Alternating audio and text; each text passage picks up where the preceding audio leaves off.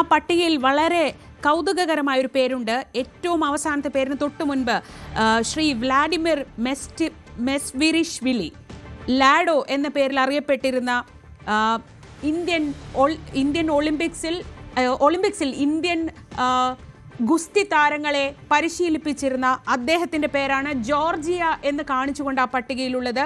Indian ഗുസ്തി രംഗത്തിന് ഉണർവ് പകർന്ന് ഇന്ത്യൻ ടീമിനെ 2 പതിറ്റാണ്ടോളം പരിശീലിപ്പിച്ച ജോർജിയൻ കോച്ചിന് ആദരസൂചകമായി 2025 അദ്ദേഹം അന്തരിച്ചു. അദ്ദേഹത്തിന് ആദരസൂചകമായി പത്മശ്രീ പുരസ്കാരം നൽകിയിരിക്കുന്നു എന്നൊരു പ്രത്യേകത കൂടിയുണ്ട്. രാജ്യത്തിന് പുറത്തേക്ക് അങ്ങനെ പുരസ്കാരം കൊടുക്കുന്നത് വളരെ അപൂർവമായിട്ടാണ് നമ്മൾ കണ്ടിട്ടുള്ളത്. ഇത്തവണ ഒളിമ്പിക്സിലെ ഇന്ത്യയുടെ ഉണർവിന് തന്നെ കാരണമായ ഒരു സമയത്ത് ഏറ്റവും ഒടുവിൽ നമുക്കറിയാവുന്ന പേര് അദ്ദേഹം പരിശീലിപ്പിച്ചു. അദ്ദേഹം ലാഡോ എന്നാണ് അറിയപ്പെട്ടിരുന്നത്. അദ്ദേഹത്തിൻ്റെ പേര് നമുക്ക് പറയാൻ കുറച്ച് ബുദ്ധിമുട്ടുള്ളത് കൊണ്ട് ലാഡോ എന്നാണ് അദ്ദേഹം അറിയപ്പെട്ടിരുന്നത്. ഇന്ത്യൻ ഒളിമ്പിക് മെഡൽ വിന്നേഴ്സായ യോഗേശ്വർ ദത്തിനെയും ബജ്രംഗ് പുനിയയെയും പരിശീലിപ്പിച്ചത് അദ്ദേഹമായിരുന്നു. അദ്ദേഹത്തിന് 2025 ജൂണിലാണ് അദ്ദേഹം മരിക്കുന്നത്. അദ്ദേഹത്തിനും മരണാനന്തര ബഹുമതിയായി ഈ പുരസ്കാരം നൽകിയിരിക്കുന്നു എന്നത് ഏറ്റവും ശ്രദ്ധേയമാണ്. നേരത്തെ കിരൺ സൂചിപ്പിച്ചതുപോലെ തന്നെ പത്മശ്രീ പട്ടികയിലാകെ 2 പേരുകൾ മാത്രമേ ഉള്ളൂ കേരളത്തിൻ്റെതായി. പക്ഷേ ഒന്ന് കലാമണ്ഡലം വിമല മേനോനാണ്. മലയാളത്തിൻ്റെ അഭിമാനമായി എപ്പോഴും നിറഞ്ഞു നിൽക്കുന്ന പേരാണ് കലാമണ്ഡലം. നൃത്തരംഗത്ത് നിറഞ്ഞു നിൽക്കുന്ന പേരാണ് കലാമണ്ഡലം വിമല മേനോൻ. പക്ഷേ മറ്റൊരു പേര് നമുക്കധികം പരിചയമില്ലാത്തൊരു പേരായിരുന്നു. ആ പേര് ആരാണ് എന്നത് അറിയാൻ ഏവരും നോക്കുന്നുണ്ടായിരുന്നു. അത് മുതുകുളത്തെ മുത്തശ്ശിയായ ദേവകി അമ്മയാണ്. ദേവകി അമ്മയ്ക്ക് ഇത്രയും പ്രായത്തിൽ 91-ാം വയസ്സിലാണ് അവർക്ക് ഈ പുരസ്കാരം എത്തിയിരിക്കുന്നത്. പ്രകൃതി സംരക്ഷണത്തിൻ്റെ ഉദാത്ത മാതൃകയാണ് ആലപ്പുഴ സ്വദേശിയായ കൊല്ലക്കയിൽ ദേവകി അമ്മ ഈ ലോകത്തിന് മുന്നിൽ വെക്കുന്നത്.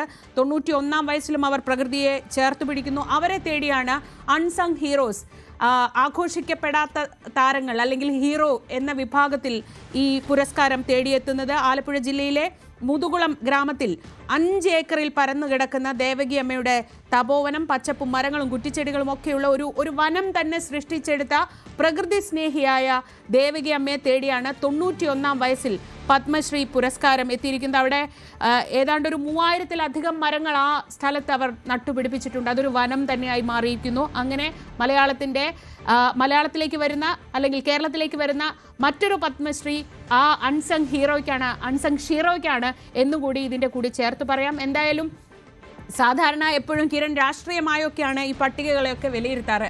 അങ്ങനെ രാഷ്ട്രീയമായി ഈ പട്ടികയെ വ്യാഖ്യാനിക്കാൻ കഴിയാത്ത വിധം തെരഞ്ഞെടുപ്പിന് മുൻപ് വരുന്ന ഒരു പത്മ പുരസ്കാര പട്ടിക എന്ന് വേണമെങ്കിൽ കൂട്ടി പറയാമല്ലേ? തീർച്ചയായും അങ്ങനെ തന്നെ പറയാം. ഇതിൽ രാഷ്ട്രീയമായി ഏറ്റവും വലിയ കൗതുകമുള്ളത് VS അച്യുതാനന്ദനെ പോലെ CPM-ൻ്റെ നേതാവ്, ഇന്ത്യയിലെ തന്നെ കമ്മ്യൂണിസ്റ്റ് പാർട്ടികളുടെ ഏറ്റവും തലമുതിർന്ന നേതാവായിരുന്ന, കേരളത്തിൻ്റെ മുൻ മുഖ്യമന്ത്രിയായിരുന്ന, ഇപ്പോൾ കേന്ദ്രം ഭരിക്കുന്ന BJP ആശയങ്ങളോടും സംഘപരിവാർ ആശയങ്ങളോടും സന്ധിയില്ലാതെ പോരാട്ടം നടത്തിയ ആ തരത്തിൽ കൂടി വലിയ പ്രാധാന്യമുള്ള ഒരു നേതാവിന് മരണാനന്തര ബഹുമതിയായി പത്മവിഭൂഷൺ നൽകുമ്പോൾ സ്വാഭാവികമായും അതിൽ ഒരു രാഷ്ട്രീയ കൗതുകം കൂടിയുണ്ട്. അതോടൊപ്പമാണ് Vellappally Natesan, SNDP union general secretary Vellappally നടേശന് പത്മഭൂഷൺ ബഹുമതി കൂടി നൽകുന്നത്.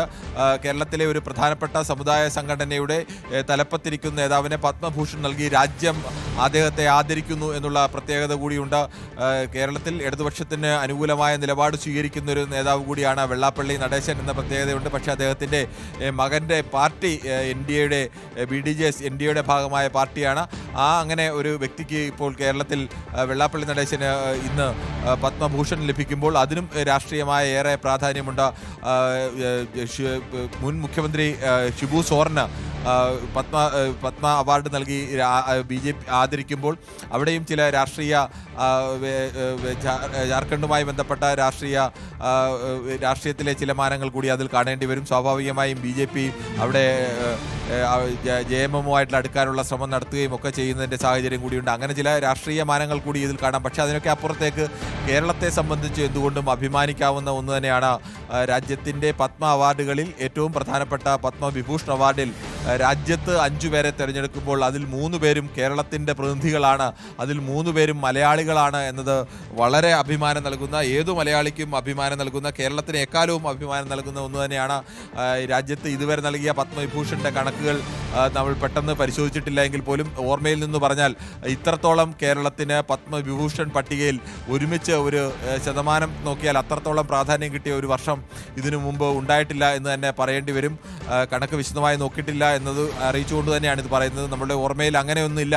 5 അവാർഡുകൾ പത്മവിഭൂഷൺ രാജ്യത്തെ ആകെ ഏറ്റവും പ്രധാനപ്പെട്ട വ്യക്തികൾക്കായി നൽകി അവരെ രാജ്യത്തിൻ്റെ ഏറ്റവും പ്രധാനപ്പെട്ട ആദരവ് നൽകുമ്പോൾ അതിൽ 3 പേരും കേരളത്തിൽ നിന്നാണ് എന്നുള്ളത്, അതിൽ 3 പേരും മലയാളികളാണ് എന്നത് ഈ നാടിനെ സംബന്ധിച്ച് ഏറ്റവും അഭിമാനിക്കാൻ വകയുള്ള ഒന്നാണ്. കഴിഞ്ഞ കാലങ്ങളിലൊക്കെ കേരളത്തിന് ആ തരത്തിലേക്ക് അംഗീകാരം ലഭിച്ചിരുന്നില്ല എന്നുള്ള പരാതികളെല്ലാം പരിഹരിക്കത്തക്ക തരത്തിലേക്ക് കേരളത്തിൻ്റെ പ്രിയങ്കരനായ 2 പേർക്ക്, ഏറ്റവും പ്രത്യേകിച്ച് VS അച്യുതാനന്ദനെ പോലെ ഒരു നേതാവിന് ഈ കേന്ദ്ര സർക്കാർ നിലനിൽക്കുമ്പോൾ ഇങ്ങനെ ഒരു ബഹുമതി നൽകി ആദരിക്കുന്നതിൻ്റെ രാഷ്ട്രീയ കൗതുകം വളരെ വലുതാണ് എന്നതുകൂടി പറയേണ്ടി വരും.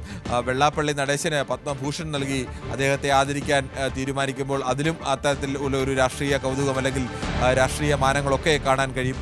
അതിനൊക്കെ അപ്പുറത്തേക്ക് കേരളത്തിന് അഭിമാനിക്കാൻ കഴിയുന്ന ഒന്ന് തന്നെയാണ് ഈ പത്മവിഭൂഷൺ ലിസ്റ്റിലേക്ക് ഇത്രയേറെ മലയാളികൾ കടന്നു വരുന്നത്. സാധാരണ പത്മശ്രീ ലിസ്റ്റിലാണ് കേരളത്തിന് കൂടുതൽ അവസരം ലഭിക്കുന്നതും മലയാളികൾ കൂടുതൽ പേർ കടന്നു വരികയും ഒക്കെ ചെയ്യുന്നത്.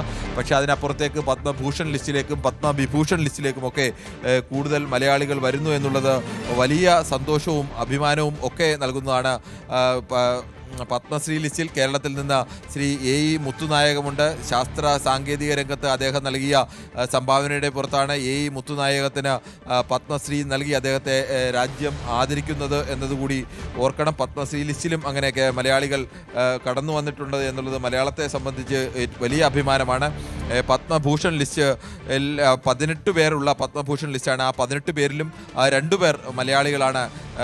സ്വാഭാവികമായും അവിടെയും പത്മവിഭൂഷൺ ലിസ്റ്റിൽ എന്നതുപോലെ പത്മഭൂഷൺ ലിസ്റ്റിലും മലയാളത്തിന് അങ്ങനെ ഒരു അഭിമാനം കൂടുതൽ, കേരളത്തിൻ്റെ ഒരു പ്രത്യേകമായ പരിഗണന എന്നതടക്കം പറയേണ്ടി വരും. മറ്റൊരു സംസ്ഥാനത്തു നിന്നും ഇങ്ങനെ ഒന്നിലേറെ പേർക്ക് പത്മഭൂഷൺ ലിസ്റ്റിൽ വന്നിട്ടില്ല.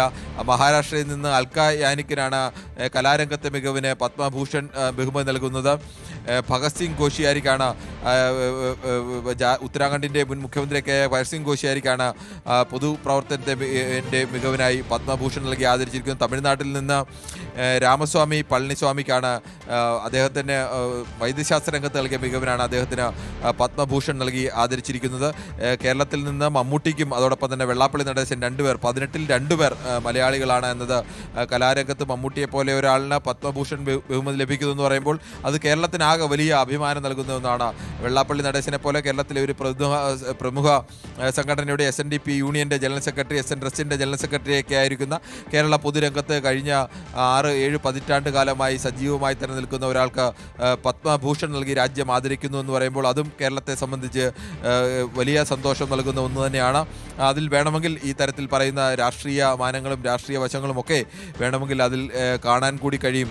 വെള്ളാപ്പള്ളി നടേശനെ പോലെ ഒരാളിന് കേരളത്തിൽ പ്രത്യേകിച്ച് നിയമസഭാ തെരഞ്ഞെടുപ്പ് നടക്കുന്നതിന് തൊട്ടു മുന്നോടിയായി ഉള്ള ഈ പത്മ പുരസ്കാര പട്ടികയിൽ അദ്ദേഹത്തിൻ്റെ പേര് കടന്നു വരുന്നു എന്നുള്ളത് വളരെ പ്രധാനപ്പെട്ട ഒന്നാണ്.